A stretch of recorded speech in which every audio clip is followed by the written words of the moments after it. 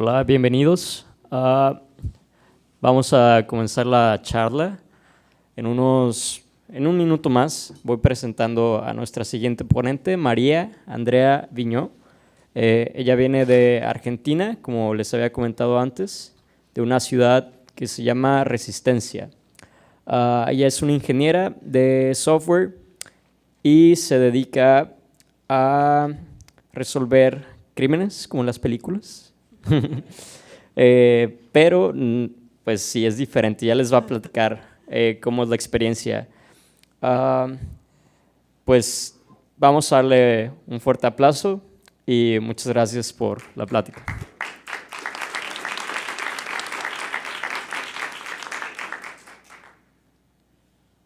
Bueno, gracias por presentarme. Básicamente yo voy a explicar cómo se hace, cómo se resuelven las causas forenses, cómo se resuelven las causas forenses. Paso a paso voy a explicar cuál es la metodología y después voy a explicar cómo utilicé. Hay algunos software que se utilizan, son open source, así que al ser open source uno tiene toda la posibilidad de ver cómo es el código, tiene documentación abierta respecto de la API, entonces utilicé uno de estos software, el software más avanzado de estos que hay, para extenderlo. Y utilicé Python, básicamente Jython, que es la versión de Python implementada en Java, para hacer esta extensión. Bueno, el primer paso es obtener la evidencia. Bueno, nosotros tenemos que ver, digamos, cuáles son los dispositivos que nos interesan para la causa. Básicamente nosotros lo que hacemos es analizar la información que se encuentra dentro de estos dispositivos. Eso es lo que hace la gente de informática forense. Obviamente que a veces estos dispositivos vienen también con muestras de sangre o muestras químicas que también pueden ser evidencia, pero que se analizan en laboratorios bioquímicos, de ADN, etc. Nosotros desde nuestro punto de vista lo que nos interesan son los almacenamientos básicamente. En algunos casos podemos hacer almacenamiento de digamos, lo que está en RAM, lo que está en memoria volátil, o también lo que está en discos duros, bueno, tarjetas, etc. Bueno, lo primero que nosotros hacemos es identificamos todos los dispositivos con capacidad de almacenamiento, los fotografiamos exhaustivamente, vemos si están prendidos y apagados y en el caso de que sea necesario sacamos la RAM. La RAM tiene, por supuesto, información viva y que muchas veces nos permite encontrar contraseñas, nos permite estudiar a fondo cosas que no están ya disponibles cuando se apaga la computadora o que se guardan en todo caso encriptadas en algunos casos. Una vez que nosotros hacemos, generalmente lo que nosotros hacemos es secuestrar la evidencia porque es mucho más cómodo para nosotros desde el punto de vista forense poder traerla y analizarla en un laboratorio especializado. En algunos casos en que nos encontramos con grandes servidores, lo que tenemos que hacer es pedir colaboración a la gente que se encuentra, los sysadmin, que tienen que darnos la información para analizarlo. Bien. Una vez que nosotros secuestramos la información, digamos, secuestramos el objeto, nosotros tenemos que, digamos, protegerlo. Generalmente lo protegemos contra todo tipo de problemas, digamos, todo tipo de agresiones del medio. Pueden ser tanto golpes, humedad. Hay que tomar en cuenta que hay mucho trabajo, a veces depende de la causa, depende de la prioridad de la causa, depende del tipo de la causa, puede ser necesario almacenar este dispositivo que nosotros hemos secuestrado por bastante tiempo. Así nosotros tenemos que tomar las precauciones para evitar de que ocurra absolutamente ningún problema que lo perjudique al dispositivo, sea una laptop, sea un celular. Bueno, tenemos que también tener en cuenta que cada vez que pasa de una mano a la otra, este dispositivo podría ser modificado. O sea, hay intereses muy importantes que están en el medio, está la libertad de una persona. Entonces, para nosotros es importante que cada persona por la que pasa el dispositivo que nosotros secuestramos, que es prueba de una causa, firme. Es decir, diga, por mí pasó, porque si hay algún tipo de adulteración en el envoltorio original que se hizo cuando se secuestró el dispositivo desde del sospechoso, nosotros tenemos que saber quién quiénes pueden haber sido los responsables, porque hay responsabilidades penales de por medio, porque se arruinó, al arruinarse la cadena de custodia, puede arruinarse la validez de la prueba. No sabemos si fue hackeado o si fue modificado. Muy bien. Lo que generalmente nosotros hacemos es tomar primero una copia completa de lo que se encuentra en los dispositivos de almacenamiento que, del artefacto que nosotros tengamos, o sea, de la laptop, de la computadora. ¿Por qué nosotros hacemos una copia? Porque en algunos casos la computadora no nos llega necesariamente una computadora maravillosa que se puede usar siempre. En algunos casos hay computadoras que, bueno, depende de cómo lo haya tenido el sospechoso, pueden estar apenas funcionando. Así que para nosotros es importante no hacerla funcionar más que la vez que es necesario para hacer la copia de cada uno de los bits que se encuentran dentro de los dispositivos de almacenamiento. Otra cosa que es importante tomar en cuenta es que nosotros podemos sacar mucha información de, ¿cómo podríamos decir? De donde no se alcanza el sistema de archivos, porque, por ejemplo, porque esta información ya fue borrada, porque esta información está en algún tipo de partición oculta. Así que a nosotros nos interesa una copia perfecta de cada uno de los bits. Para asegurarnos de que esta copia sea perfecta, una vez que nosotros sacamos la copia, las copias forenses están hasheadas. Lo que se hace es agarrar y para asegurar de que la copia esté perfecta, lo que hacemos es, los formatos forenses tienen hash tanto de partes del formato forense como de la totalidad del archivo. Hash, no sé si ustedes saben lo que es una función hash. ¿Ustedes saben lo que es una función hash? Bueno, por si alguien no sabe, una función hash nos permite asegurar la integridad de la información, ya que una función hash, si uno cambia, aunque sea un bit o un byte, una pequeña unidad de la información de origen, la función hash devuelve algo completamente diferente. Por eso nos sirve también para cuando bajamos imágenes de discos, de sistemas operativos, cosas así. Bueno, normalmente lo que nosotros hacemos es remover los discos duros. Remover los discos duros nos facilita utilizar duplicadores forenses que ya nos hacen todo este trabajo de manera mucho más fácil. Lo agarramos, lo conectamos al duplicador forense, existen varias marcas, y lo ponemos a la copia forense en otro dispositivo. También a veces nos encontramos con que o bien estamos en el lugar derecho, no tenemos el duplicador, o bien hay computadoras que son que tienen problemas para desarmarse, dispositivos de almacenamiento que no son estándares, que no tienen los conectores estándares. Bueno, para estas situaciones nosotros lo que hacemos es tener también la posibilidad de hacer la copia forense mediante software. Nosotros lo que primero hacemos es, podemos hacer la copia forense mediante software en Windows o en Linux.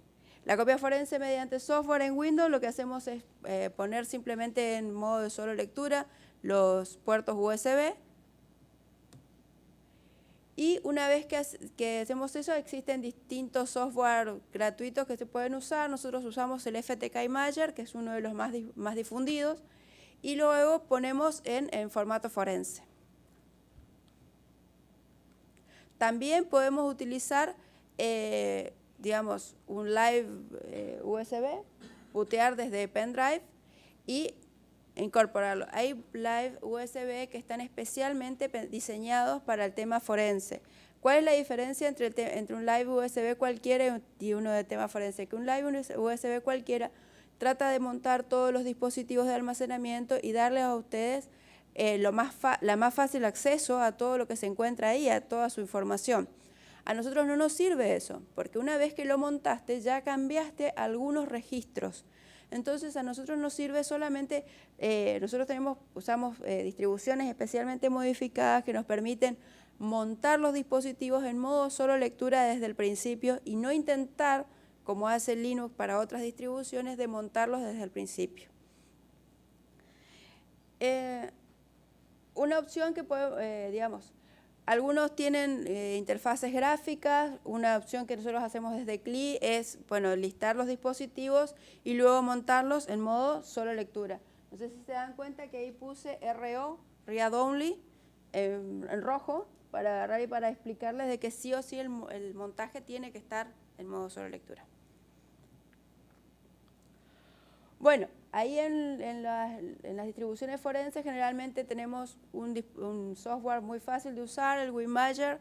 El WinManager simplemente te permite elegir cuál es el dispositivo que has montado y luego agarrar y decir en qué dispositivo que te permite la escritura vas a poner la copia forense y bueno, funciona, hay que esperar un poco y nada más.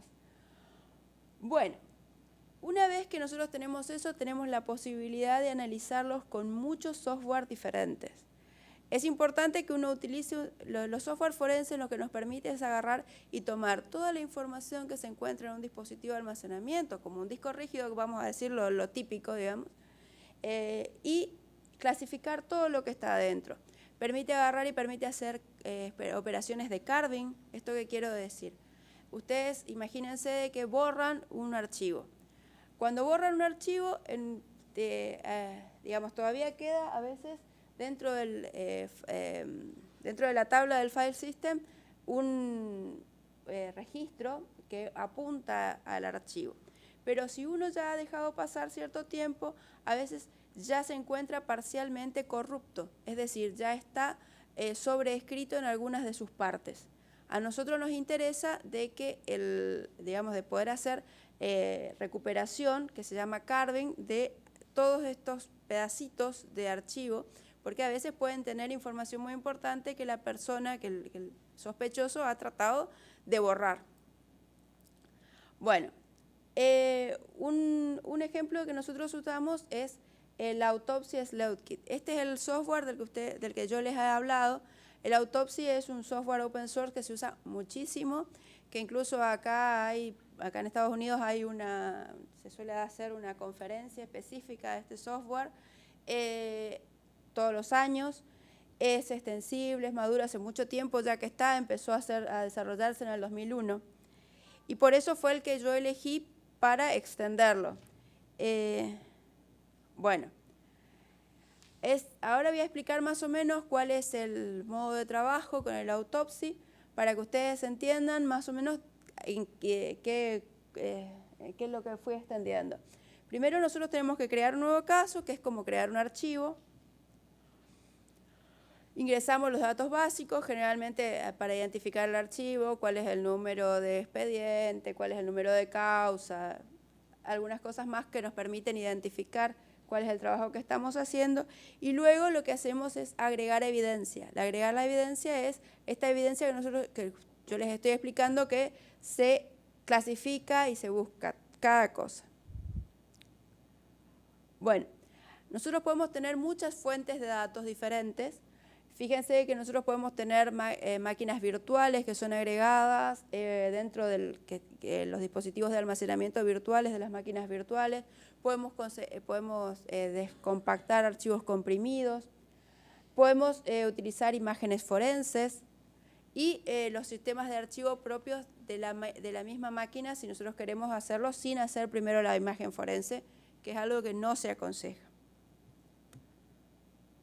Bueno, una vez que nosotros tenemos la información que queremos procesar, lo que podemos hacer es seleccionar los plugins que nos permiten ir analizando la información. Depende de lo que nosotros queramos obtener, los plugins que vamos a hacerlo. La primera cosa entonces es analizar automatizadamente la información para que nos dé un reporte que nos permita ver qué información nos interesa. Bueno, lo que nosotros podemos hacer con los plugins es, los plugins son muchísimos, depende de cada uno. Yo desarrollé otro, pero hay muchísimos plugins ya disponibles. Lo que podemos hacer es, por ejemplo, analizar la asignatura del file. Algunas veces, por ejemplo, puede haber una foto que sea un JPG, pero para disimular, la persona lo pone con otra extensión. De todas maneras, nosotros adentro, en la estructura del archivo, podemos detectar ese tipo de falsificaciones porque existe algo que se llama la file signature, que nos permite ver cuál es el formato interno. Bueno, de todas maneras, lo que hace este software es analizar uno por uno todos los archivos que están disponibles, ver si hay ese tipo de falsificación, ver los documentos, por ejemplo, los documentos que son docx o los documentos que son de digamos, de LibreOffice son XML que tienen también internamente archivos incrustados.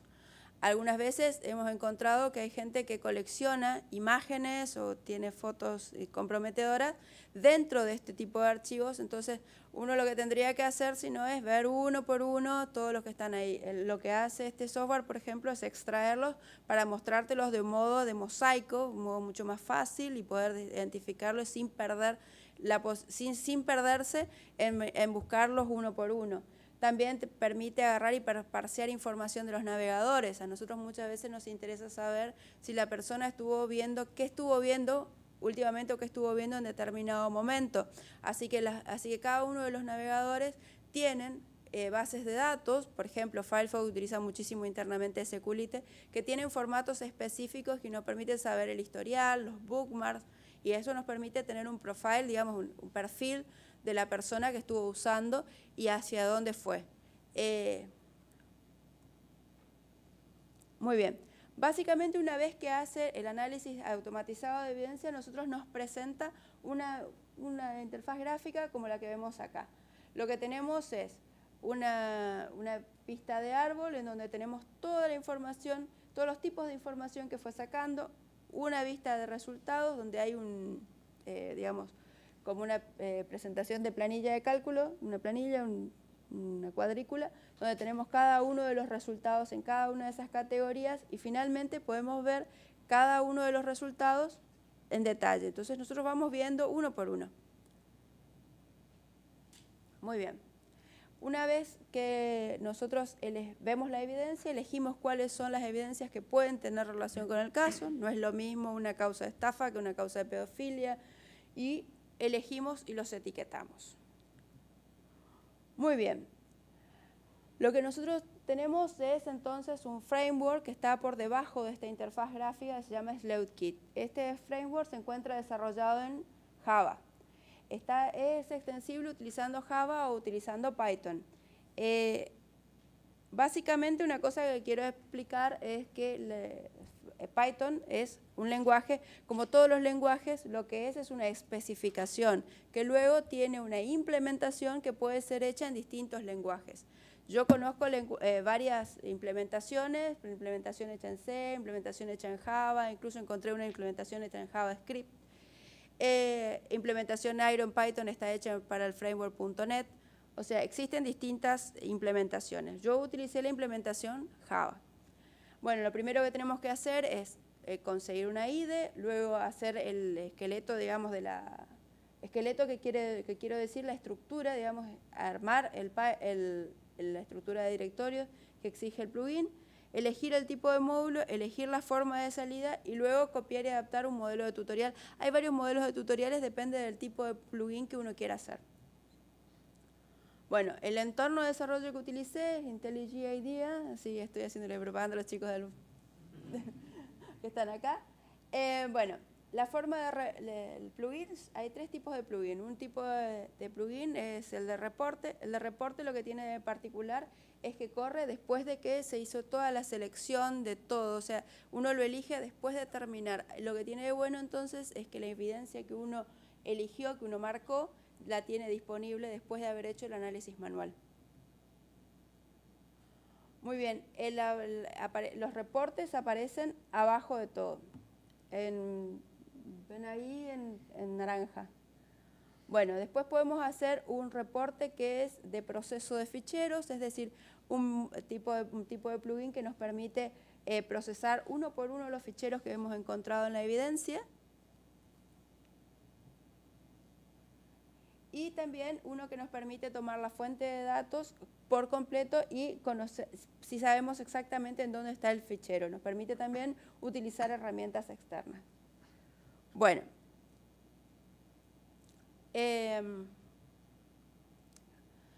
dependiendo del tipo de módulo que nosotros queremos hacer, el tipo de plugin que queremos hacer, yo tengo que ver cuál es. Si debo recorrer cada fichero, a mí me conviene un plugin de ficheros. Si yo sé exactamente a dónde quiero ir, me conviene uno de fuente de datos. Y si lo quiero correr al final, una vez que ya terminé el proceso manual, elijo un tipo de reporte.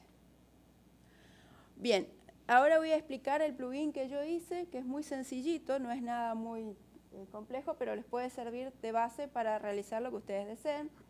Bueno, lo primero que yo utilicé fue una base de datos del NIST para los hash de archivos bien conocidos. Ahí los archivos bien conocidos, en este caso, son los archivos que pueden pertenecer al sistema operativo, que pertenecen a paquetes de software bien conocidos como Office, etcétera, ese tipo de cosas.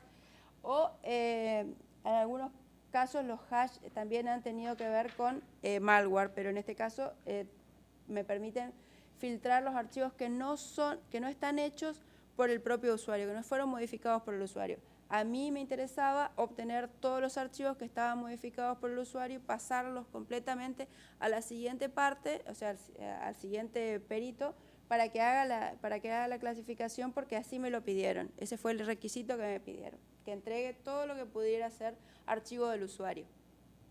Entonces lo que yo hice fue tomar cada uno de los archivos, fijarme si estaba en la base de datos de hash. Si estaba en la base de datos de hash es porque había sido realizado por otra persona, o sea, ese archivo ya era un archivo conocido en otras computadoras. Y si no era un archivo bien conocido, entonces lo que hice fue copiarlo, clasificándolo según el tipo de archivo MIME para que las personas que seguían en el análisis lo tuvieran clasificado. Y después hice también un reporte CSV donde yo decía cuáles eran los archivos que yo estaba enviando para explicar. Bueno, más o menos nosotros lo que tenemos que hacer es primero, instalar, una vez que instalamos todo el IDE, importar el General Report Module Adapter, configuramos las propiedades. Acá las propiedades son simplemente para explicar a la interfaz gráfica cuál es el nombre del módulo, cuál es la descripción, para que el usuario tenga una descripción de del módulo que nosotros estamos agregando, del reporte que nosotros estamos agregando. Después tenemos que hacer un log. El sistema nos permite con el log depurarlo. Nosotros lo que hacemos es declarar el logger. Después sí tenemos que generar el reporte. Al generar el reporte, lo que primero hacemos un archivo, el archivo de salida. Para mí fue muy importante, y creo que para todos ustedes va a ser muy, muy importante, que lo pongan tomando en cuenta el módulo codex, no hacer open directamente. ¿Por qué? Porque cualquier archivo que tenga un carácter Unicode va a hacer que cancele el programa. Así que es importante, tomando en cuenta de que pueden haber muchos caracteres Unicode, depende de quién haya estado usando la computadora. Bueno, una vez que hacemos eso, lo que hacemos es generar el reporte. Iniciamos primero el SleuthKit Case. El SleuthKit Case es el que nos va a permitir tomar, encontrar el objeto que nos va a ir reportando todos los archivos y nos va a permitir ir accediendo a cada uno de los archivos. Depende del tipo de archivo que nosotros queremos. Yo en este momento no quiero directorios, no me interesan los directorios, me interesa tomar solamente la información del archivo. Únicamente voy a después explicar desde dónde salió para dar un poco más de información de contexto a la persona que sigue, pero nada más. Bien, creamos un directorio para cada uno de los archivos que copiamos. Yo hago un directorio para cada uno de los tipos MIME que voy detectando y un directorio que se llaman otros, que es para aquellos archivos cuyo tipo MIME no fue detectado automáticamente por el sistema. Después recorremos cada uno de los archivos, los vamos ubicando. Lo único que hice fue utilizar el mismo nombre de archivo, el mismo tipo MIME para hacer el nombre del directorio.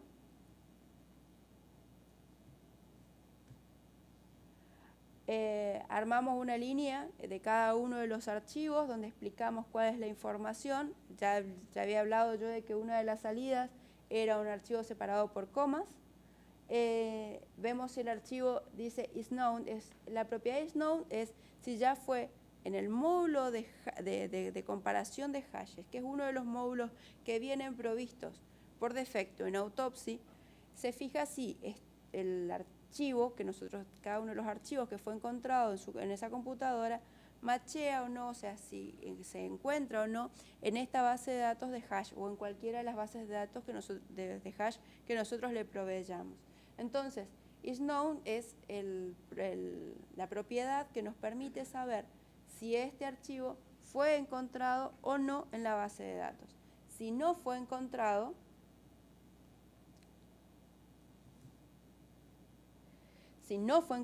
como se ve acá, si no fue encontrado, entonces se genera el directorio de tipo MIMI, si no existe anteriormente, y luego se escribe directamente todo el contenido al archivo. Bueno, cualquier cosa, en algunos casos me ha dado error, así que por eso en el caso de error siempre se lo pone en el log para permitir ver un análisis posterior cuál fue el archivo que pudo haber generado problemas, pero que no interrumpa completamente el proceso. Bueno, una vez que terminamos el proceso, lo que hacemos es agregarlo al reporte para que aparezca en este árbol, en la interfaz gráfica, y lo podamos tener disponible. Lo que se ve es el archivo separado por coma. Muy bien, generamos el reporte y se agrega al módulo de reportes disponibles. Bueno, en resumen lo que hicimos fue explicarles cuáles son las precauciones para obtener la evidencia, cómo realizar copias forenses, el análisis de datos, más o menos el proceso que se hace de forma estándar con Autopsy, cómo se hace para extenderlo y revisamos más o menos el plugin. Justamente ahora terminamos, nos quedan 5 minutos para preguntas.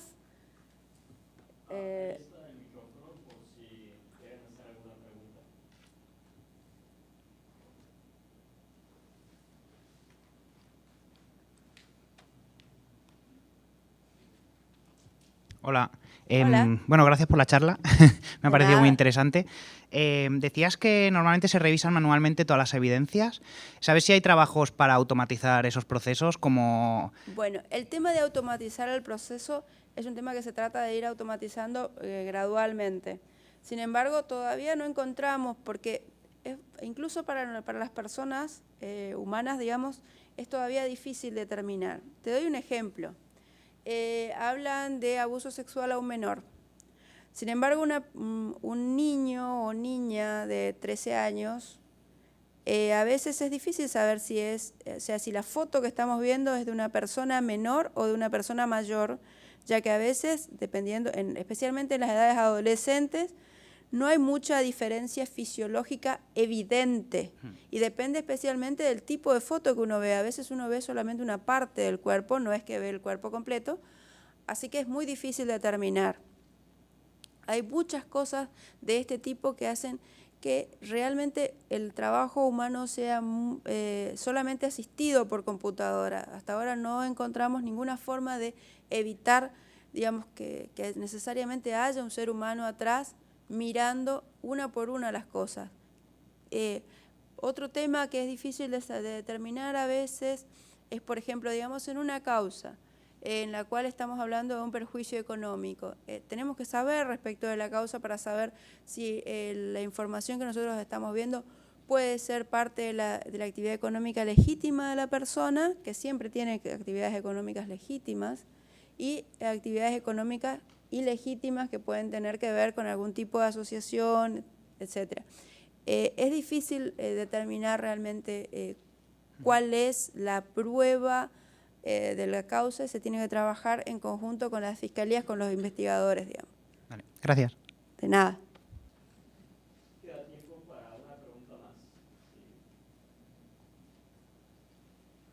Aló, muchas gracias Hola. por la plática, muy interesante. Quería saber si podías hablar un poco más o menos de el tiempo que toma desde que recibes la evidencia en la que haces todo este proceso y terminas haciendo el reporte. Supongo que el análisis varía de la cantidad de evidencia que tienes. Nosotros tenemos dos partes, digamos, del proceso. Digamos, cada una de las computadoras es un tiempo importante. El tiempo que te lleva la duplicación forense depende de 8 a 10 horas la copia forense en sí. Esa ya es la primera preparación. Después tenemos el análisis automatizado de la base de datos, pasar por todos estos plugins del cual yo estoy hablando. Ese también suele llevar, depende de lo que tengamos de potencia de procesador y si queremos todos los plugins, y pongamos 10 horas o tanto más. Y respecto del análisis manual, y el análisis manual es difícil de saber. Lo mínimo que suele llevar es otras 24 horas, porque, o sea, 2 jornadas laborales, 3 jornadas laborales, porque en realidad ahí el análisis manual depende mucho de lo que te hayan pedido y depende mucho después de la información adicional que te dé la gente que está en la digamos, que está en otras áreas de la investigación, que esté recibiendo, por ejemplo, los testimonios o este tipo de cosas, porque ahí ya es difícil de determinar. Por ejemplo, hay veces en que uno se queda esperando información adicional, es difícil de determinar. Bueno, más o menos esa es la respuesta. Muchas gracias. Pues le podemos dar un fuerte aplauso a María. Muchísimas gracias.